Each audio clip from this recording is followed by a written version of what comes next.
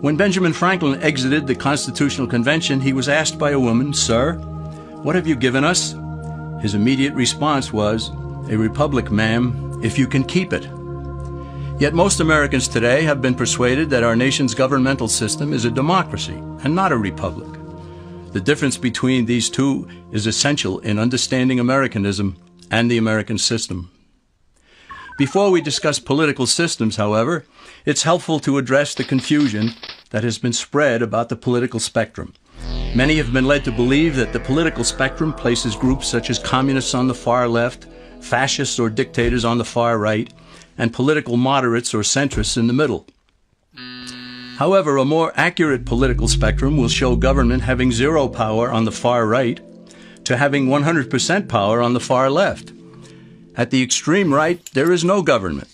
The extreme left features total government under such labels as communism, socialism, Nazism, fascism, princes, potentates, dictators, kings, any form of total government. Those who claim that Nazis and fascists are right-wing never define their terms. This amounts to spreading confusion. Toward the middle of the political spectrum can be found the type of government limited to its proper role of protecting the rights of the people. That's where the Constitution of the United States is. Those who advocate such a form of government are really constitutional moderates. So let's analyze the basic forms of government. They are monarchy or dictatorship ruled by one, oligarchy ruled by a few, democracy ruled by a majority, republic ruled by law, and anarchy, which is ruled by no one. In discussing these five, we'll see that they can be narrowed down to even fewer. Looking first at monarchy or dictatorship, this form of government doesn't really exist in the practical sense. It's always a group that puts one of its members up front. A king has his council of nobles or earls, and every dictator has his bureaucrats or commissars, the men behind the scenes. This isn't ruled by one, even though one person may be the visible leader. It's ruled by a group. So let's eliminate monarchy, dictatorship, because it never truly exists. Oligarchy, which is ruled by a group, is the most common form of government in all history. And it is the most common form of government today. Most of the nations of the world are ruled by a powerful few, and therefore oligarchy remains. At the other end, we find anarchy, which means without government. Some people have looked over history and found that many of its worst crimes were committed by governments, so they decided that having no government might be a good idea. But this is a mistake, because as the ancient Greeks stated, without law there can be no freedom. Our founding fathers agreed and held that some amount of government is a necessary force in any civilized, orderly society. In a state of anarchy, however, everyone has to guard life, liberty, and property, and the lives of family members. Everyone must be armed, and movement is severely restricted because one's property has to be protected at all times. Civilized people have always hired someone to do the guarding, a sheriff, a police force, or some branch of government. Once law enforcement was in place, the people were freer. They could leave their property, work in the fields, and so on. In short, the proper amount of government makes everyone freer. There are some who advocate anarchy, however, not because they want no government, but because they don't like what they have. They use anarchy as a tool for revolutionary change. The condition of anarchy is very much like a vacuum where something rushes in to fill it. These calculating anarchists work to break down the existing government with rioting, killing, looting, and terrorism. Tragically, the people living in such chaos often go to those best able to put an end to it and beg them to take over and restore order. And who is best able to put an end to the chaos? The very people who started it. The anarchists who created the problem then create a government run by them, an oligarchy, where they have total power. This is exactly what happened in Russia that led to Lenin taking total power, and in Germany where Hitler's brown shirts created the chaos that brought him to power. But anarchy isn't a stable form of government. It's a quick transition from something that exists to something desired by the power-hungry. It's a temporary condition, and because it isn't permanent, we eliminate it as well. The word democracy comes from two Greek words, demos, meaning people, and kratein, meaning to rule. Democracy, therefore, means the rule of the people, majority rule. This, of course, sounds good, but suppose the majority decides to take away one's home, or business, or children. Obviously, there has to be a limit. The flaw in democracy is that the majority isn't restrained. If more than half the people can be persuaded to want something in a democracy, they rule. What about republic? Well, that comes from the Latin, res meaning thing, and publica meaning public. It means the public thing, the law. A true republic is one where the government is limited by law, leaving the people alone. America's founders had a clean slate to write on. They could have set up an oligarchy. In fact, there were some who wanted George Washington to be their king.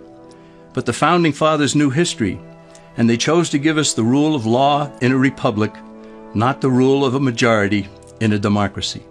Why? Let's demonstrate the difference in the setting of the Old West. Consider a lynch mob in a democracy. 35 horseback riders chase one lone gunman. They catch him, and they vote 35-1 to hang him. Democracy has triumphed, and there's one less gunman to contend with. Now consider the same scenario in a republic. The 35 horseback riders catch the gunman and vote 35-1 to hang him. But the sheriff arrives, and he says, "You can't kill him. He's got his right to a fair trial." So they take the gunman back to town. A jury of his peers is selected, and they hear the evidence and the defense, and they decide if he shall hang.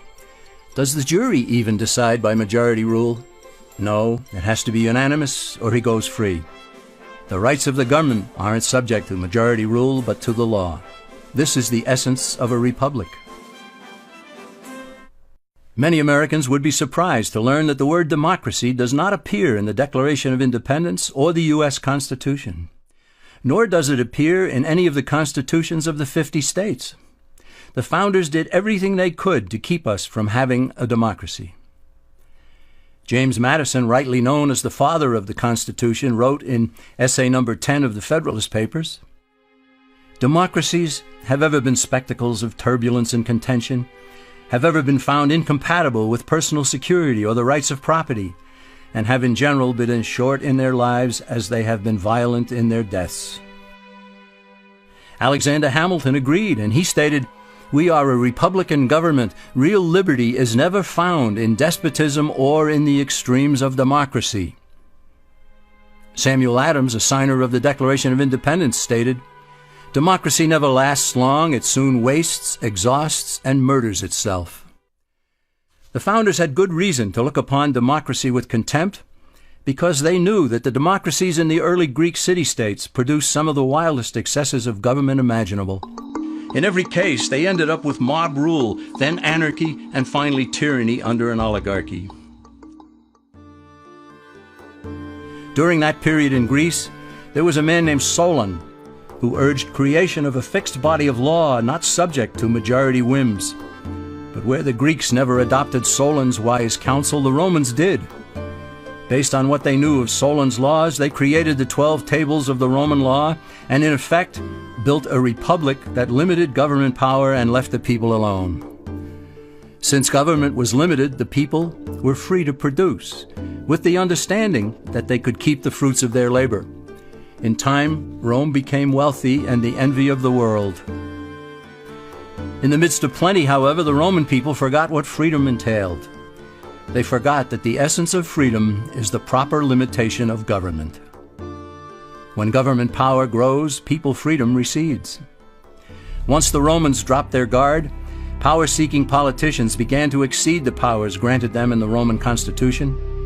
Some learned that they could elect politicians who would use government power to take property from some and give it to others. Agriculture subsidies were introduced, followed by housing and welfare programs. Inevitably, taxes rose and controls over the private sector were imposed. Soon, a number of Rome's producers could no longer make ends meet, and they went on the dole. Productivity declined, shortages developed, and mobs began roaming the streets, demanding bread and circuses from the government. Many were induced to trade freedom for security.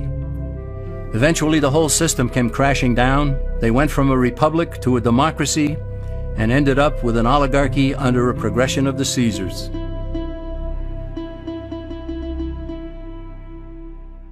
Thus, democracy itself is not a stable form of government. Instead, it is the gradual transition from limited government to the unlimited rule of an oligarchy. Knowing this, we as Americans are ultimately left with only two choices.